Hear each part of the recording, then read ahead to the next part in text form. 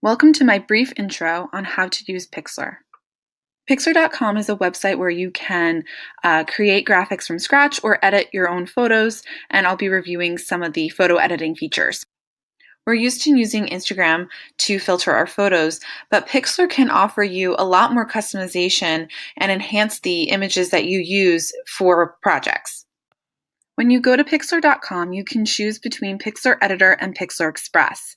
I'll be highlighting a few features of each version. Here we are at Pixlr.com on the editor. I've uploaded a photo from my computer.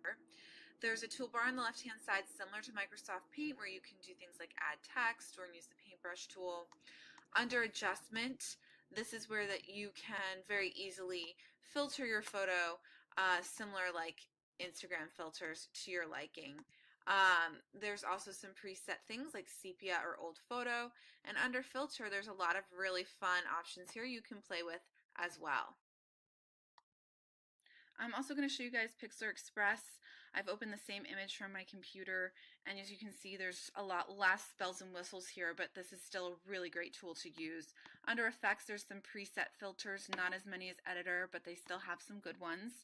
Under adjustment, there's a lot of really great tools here, but the two I'm going to highlight are resize and crop. I use those all the time.